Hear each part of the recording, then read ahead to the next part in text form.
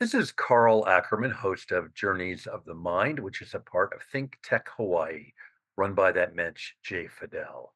We are extraordinarily just really lucky to get President Hinda Diamond of the Jarrett Middle School Foundation because this may be a silver bullet to help education in Hawaii.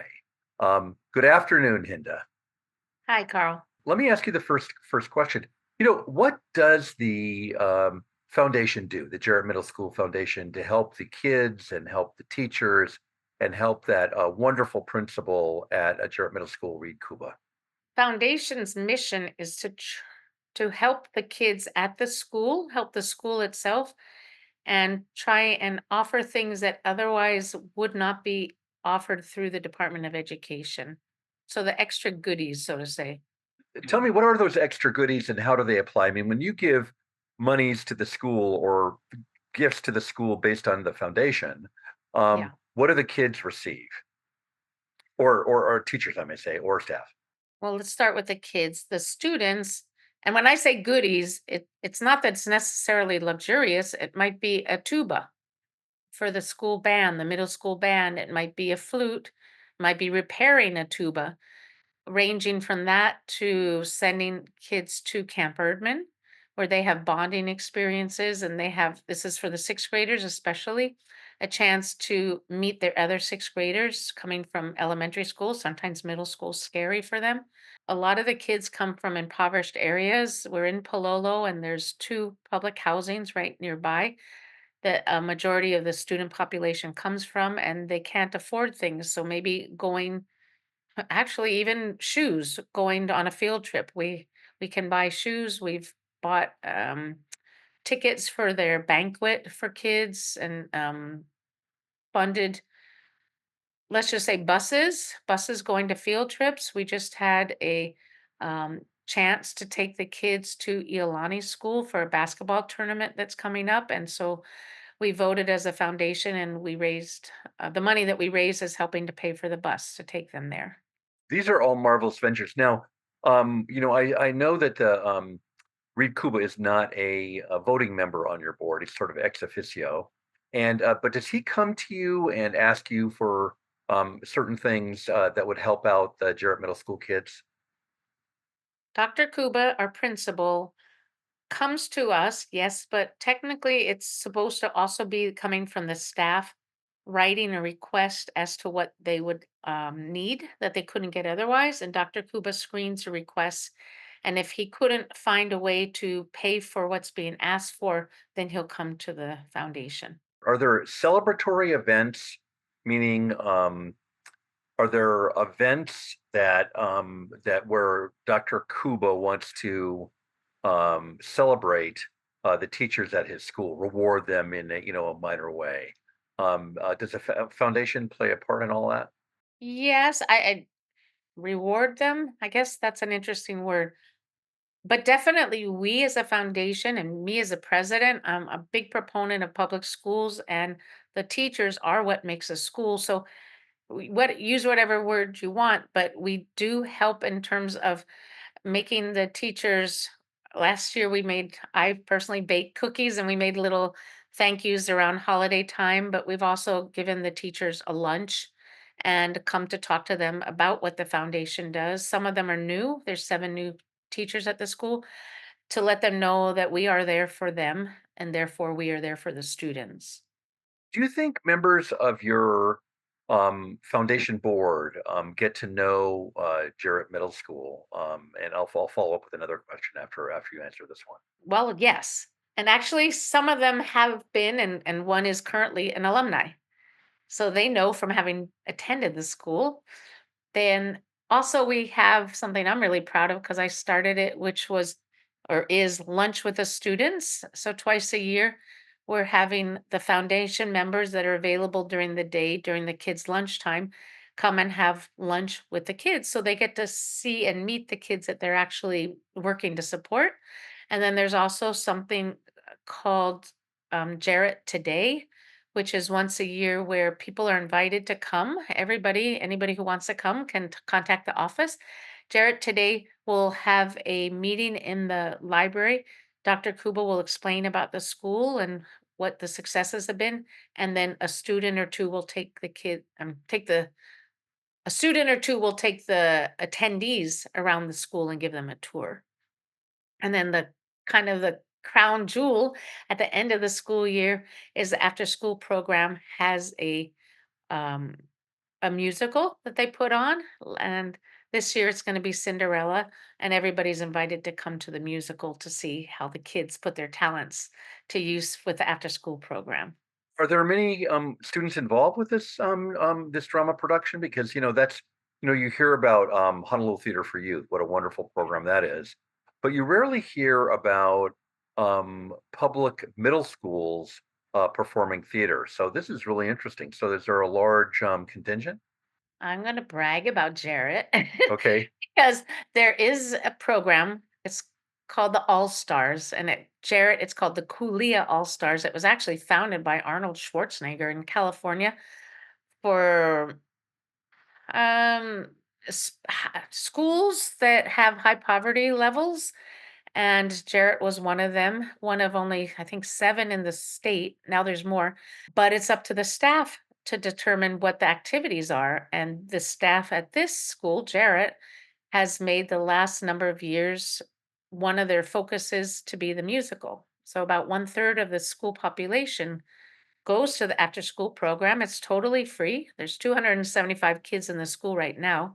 So about one third of the kids go. There's mandatory homework time. There's snack. There's extracurricular activities. It could be from baking to dodgeball to arts and crafts. And then one of the choices is, do you want to do drama? And those kids are either in the show or they're hand making all the background, or they're sewing all the costumes, or they're doing the lights and the curtains. So an amazing team event, and like you said, it's kind of unusual. So now it's gone on the road. It's gone to Alamoana Center Stage, it's gone to other schools, and other schools have come to Jarrett to see it. So it's I've even heard from some parents, they're purposely going to send their kids to Jarrett because of the after school program having this drama program. That's marvelous. And, this drama programs and, other programs that Jared is involved in seem to be the precursors to the very high scorers. There's a woman named Sherry Nakamura who has a group. I think she's just left this group. Hey, and it's a group that actually measures sometimes schools' performances. And Mhm. Jarrett Middle School gets very high marks, despite the fact that it is in an area where many parents are challenged economically.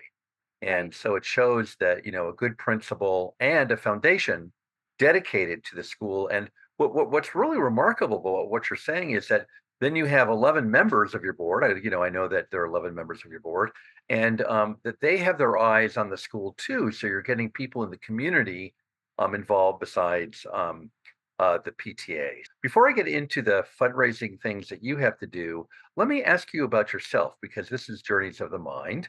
And what made you go into this position specifically? I know you're a local.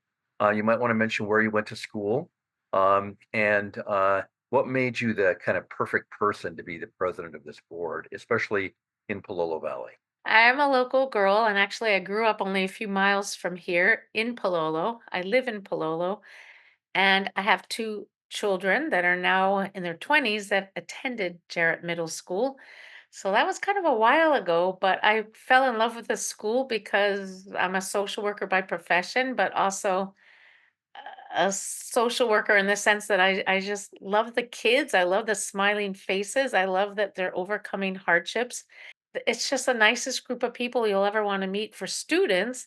And then when you segue into the teachers and the staff, because I'll tell you, this school is so small. It's really the smallest middle school in the state as a pure middle school. It's not just the teachers. You have the security guard knows every kid by name. The front office knows every kid by name. The lady at the gas station right next door knows everybody by name when they come in to get a drink. It's fantastic staff. The principal challenges the kids every day to be extraordinary. extraordinary. Don't just settle for ordinary. And they rise to the occasion. And by the way, there's no PTA. Middle schools don't have PTAs. And so parents are very welcome and encouraged to come to the come to the foundation meetings, teachers as well. But like you said, we have a lot of community members. Calvin Say actually used to be a member of the foundation. He comes to our yearly dinners. Jackson Sayama, who represents this area, also comes. So it's great. We have a lot of people very encouraged by this little underdog middle school who's doing so well. My point being is that you have a foundation at this middle school, so that's really wonderful. And let me ask you before we go on into the fundraising, who started this foundation? And I'm glad that you mentioned people, alumni, because also our current superintendent is alumni Y- of Jarrett, Keith Hayashi, that wonderful Yes, superintendent who's doing great work in Hawaii. So my question is, um, how do you get these sort of wonderful people to, contribute to the school? But the key question was, um, who started this foundation? I mean, how did this all begin? 30 years ago, going on 31, a fellow named Clifford Shin, who grew up at the Palolo housing but did not attend Jarrett because Jarrett wasn't started yet. Clifford's over 80. But his nephew went to Jarrett, and he, just like me, fell in love with the school. And he's a very much a family man, and he was always supporting his family members, including his nephew. And he saw that this was a school that he really wanted to support. So Clifford, we call him Cliff Shin, and his family, Eileen and um, his daughters his daughters have been on the board, brought up through being his daughters, but it's really Cliff and then his wife Eileen who started the foundation.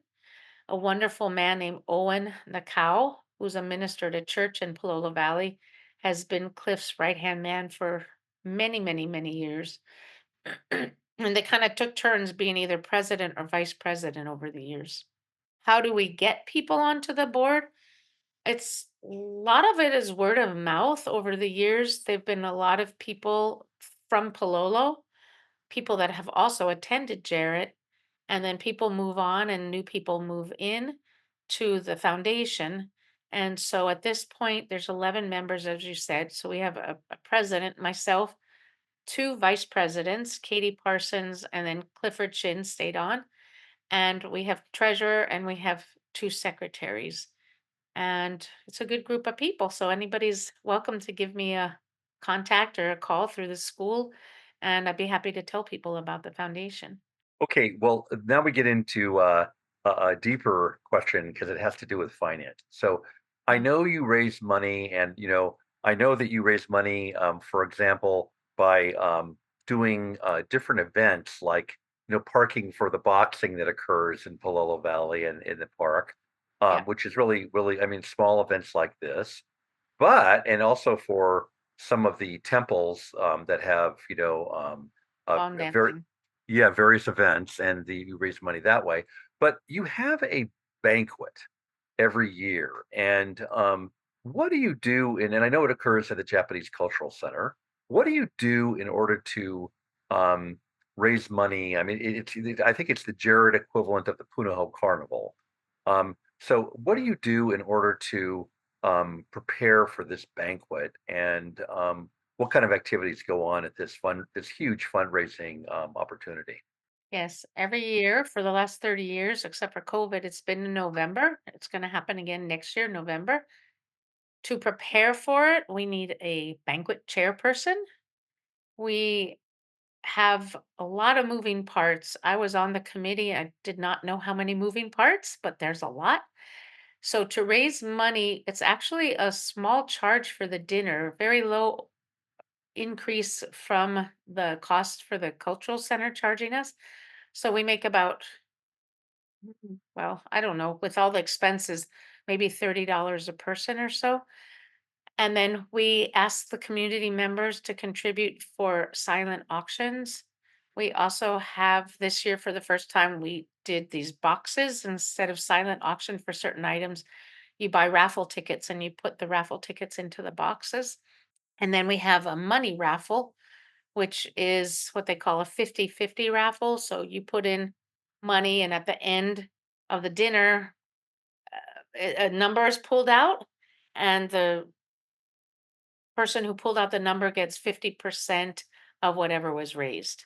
So this year it was pretty, I think it's a lot, $450 the fellow walked away with. And this foundation kept the rest. So we just try and oh, and also we just take pure donations. So there are cards on the table. Actually, I just got the mail today from Jarrett, and somebody took one of the cards from the table that says want to sponsor a student, and they donated $100. So every little bit counts. I'm a member of the Palolo community or the general community. I want to contribute to education. I want to go to your banquet. What kind of things are being raffled? Because I know you have sort of a silent auction too. What kind of things are raffled off? And do people get really nice prizes? Because if you go to the Course Masquerade, I have to say that. Yes, we get really nice prizes. I'm looking okay, okay. 16 beautifully wrapped poinsettias right now on my lanai that people are going to get. It ranges from flowers and plants to gelato to Hawaii theater tickets to hotel stays to dinners at restaurants to going out to basketball and dinner with Clifford Shin and his wife. So, pretty much, if it's something that we think will be of interest to people, we will be happy to accept any donations. I've met Clifford Chin, and I'm glad you mentioned him because you mentioned that he started the foundation, but also he's a very, for our audience, a very modest local guy, and I think most people in Hawaii are modest, and he's just a terrific person. So tell me about the like. So I come to the banquet. I'm looking for a hotel to stay in. What kind of hotels do you have there, or do you have that information, or um, uh, tell us a little bit more. So we get to go if we win a prize to a basketball game with Cliff and his family. Is that it? Yeah, people that didn't attend missed out, let me tell you. One thing about the Shin family, they are big University of Hawaii sports supporters. So Cliff and his wife for years have the same seats that are excellent seats because I've been to the basketball games, and they will treat whoever comes to sit with them and have some dinner beforehand. I'm a big football fan in it, so I like UH football. But I was invited years ago to a game where USC came out, and I was given very good tickets. You could walk out on the field, the current stadium, not the new stadium at UH. And I was always surprised. I was surprised at how big their linemen. I mean, they're fast moving, but they all weigh over 300 pounds, and they dwarf me. I'm a pretty big guy, but they dwarf me. And I was just, when you get good tickets for any UH athletic events, it's always wonderful. Now, Hinda, going back to you, we got kind of a partial um, segment because this is Journeys of the Mind. You know, um, what made you go into social work? What public schools did you attend in Hawaii? And what makes your devotion to public education? I mean, there are large public private schools in Hawaii, Kamehameha, Punahou, Right. Iolani, Midpack, and the list goes on. Um, and I think that's kind of draws a lot of kids away from public schools. It takes away a lot of the people who might be able to influence public education if their kids were in the school. So first of all, let's start with where did you go to school? And yeah, you were in social work, which and what motivated you to go into social work? Okay, one question at a time. Indeed. I went to Hokulani Elementary School, right next to Kaniwai Park, because I grew up on St. Louis Heights. And then in those days, elementary schools ended at sixth grade. And seventh grade, Jarrett was going to be my middle school. But my mom was very wise, and she had four kids in 5 years. And she thought ahead.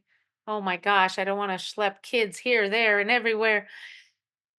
And I was applied to and got accepted into the University Lab School, which was a public school, but it you had to get chosen because it represented at the time an experimental school where we were the guinea pigs for all the DOE curriculum. and ended up that all my sisters got in as well. So that's where I ended up graduating from the lab school.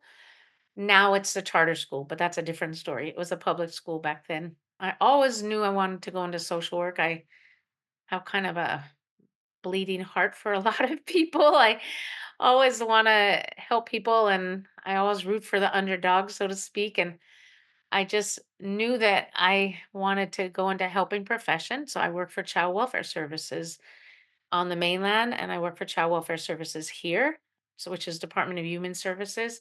And I ended up retiring here after 32 years with child welfare services and being a supervisor here. And then my husband and I adopted our two kids through the foster care system. And they had uh, a rough life before I even met them. My son was 4 when I met him, and my daughter was 10 months. And they came into our homes as foster kids. And I knew that they had to go to schools once we adopted them that would give them the best push because they really didn't have a lot when they were really young. So we got them into the best public schools that we could. And I'm a firm believer of public schools for this question that you asked. And I wish that actually there were fewer people going to private schools, because we would have a lot more support for public schools if all the parents that had the means, either intellectually or economically or in times of being able to give, would send their kids to public schools. And I think that would help enhance public schools a lot more and the reputation of the public schools, and therefore money given by the state to the Department of Education. So I think it's a cycle. The more people that say, "Oh, public schools are bad, I'm going to send my kids to Punahou or Iolani," public schools will remain not being supported. It's a vicious circle, and then Punahou might get all the accolades, or Iolani might get all the accolades. But guess what? Kalani's doing well. Kaiser's doing well. Campbell High School, where Keith Hayashi was the principal, didn't used to be such a great high school, is doing very well now. So there's a lot to be proud of with public schools, and the more support they get from an average person all the way up to higher echelons, I think everything will improve. I want to point out that, one of the great private schools, Iolani, has contributed to Palolo with the Ka'i program, where kids who Correct. were underserved go into Iolani and basically get a certain amount of years under that wonderful leader, Allison Blackingship. And so that's Iolani's way of paying back to the community, which is, that their slogan, one team, is very good. But I completely understand what you're saying about education. And there's a film which included Keith Hayashi and his work at Waipahu. And what's really interesting is that there's a student interviewed there, and she talks about Waipahu High School in the film. And this is an award-winning film called EK. And she says that Waipahu is not just the best public school; it's the best school in Hawaii. And I wish that more kids felt about this. And of course, schools, as you mentioned, like Kaiser, with principals like Justin Mew, they're doing with a lot of public high schools, and you take McKinley under Ron Okamura, they're doing wonderfully, and and of course you don't have to pay to go to school there, and so it levels the playing field, and so I support your notions about public education. I would be remiss if I didn't mention um, the Gala School in Los Angeles, which is one of the few all girls public schools in the country. And it has been very successful. And its clientele come from most often from very poor families that are challenged economically. And yet all the kids go to college. And it's because of their Mm. wonderful principal, Elizabeth Hicks. Anyway, Hinda, I want to ask you a larger framework question, because we have a new administration in Washington. I'm not getting into politics, but Mhm. President Trump has vowed to President-elect Trump has vowed to do away with the Department of Education. Do you think things like the foundation can fill in where public monies may disappear? No, no, I don't. I think it would be a crying shame if the Department of Education was done away with and there was no money, because I mean, a foundation can't support a school, and it can't even fill in the pukas that I don't know how much money would be taken away, but the foundation is not meant to fill those gaps. Very interesting point because I mean you do support the school, and it's my suggestion that if more schools had this, the DOE would be much more productive. Although it's very productive already. But if every school, especially middle schools, had a 501(c)(3) or a foundation, it would really help things out. Get as you have 11 new eyes on the school making suggestions, but you also need a wonderful principal. I would suggest that having a great principal is probably one of the most important factors in any school. Where do you see the foundation going from here? I mean, where do you see the Jarrett Middle School Foundation in 5 or 10 years? And do you think that other uh, schools could learn from what you're doing in terms of building up foundations? Well, thank you for asking because next year our banquet is going to be the 30th birthday plus one to grow on. And we definitely want to continue on and grow. And in 5 years, I would like to, I mean, basically, we're raising money. I want to give the money away. I don't want to just save it and hoard it. I think that the money is there to be used in ways that are going to be productive. Of course, we need to save, but I would like to expand the population of our board. So, again, if anybody's interested, come and talk to me. I want to expand the money. So, the more money we bring in, the more we can give away. And I think it'd be great if we had a teacher or a staff member on the board as well as a parent on the board because we have had that, but at this point, the parents are busy, so we don't have that, and the teachers are busy. So I'd love to expand it to have parents and teachers on the board as well. That sounds like a wonderful expansion plan. Now, let me ask you one last question because I'm not sure the audience knows this, but Hinda Diamond, you're married to a wonderful, wonderful rabbi in town who was a rabbi for Temple Emmanuel for years, Ken Yes. Aronowitz, who was my rabbi, and I loved him, just a great man. But do you think, in your motivation, either from your parents, your sisters, that Judaism played a part in motivating you for doing all these wonderful things, the way Christianity motivated people like Martin Luther King Jr. Most people, even if they're not that religious, but they're Jewish, they might know the expression tikkun olam, which means to help repair the world. And that's something that I try my best to do every day by doing something good. And that's one of the pillars of Judaism. So I do think so. And that's my family raising me, I think, in a very good way. And being religious Jewishly, I'm not saying any other religion doesn't have this, but to me, and one of the tenets of Judaism is to try and help make this world a better place. So I think I'm doing my part as best as I can, and the foundation is helping in that way to help.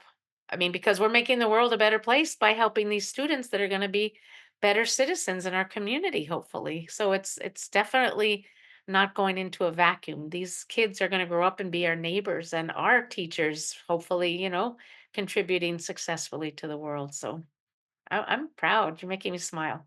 As we end this segment of Journeys of the Mind, I know my audience will agree with me. Is that we just need more Hinda diamonds in our world to produce the really kind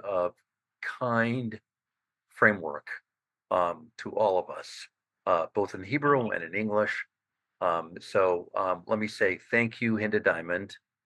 And to my audience, I say hui ho. Thank you very much.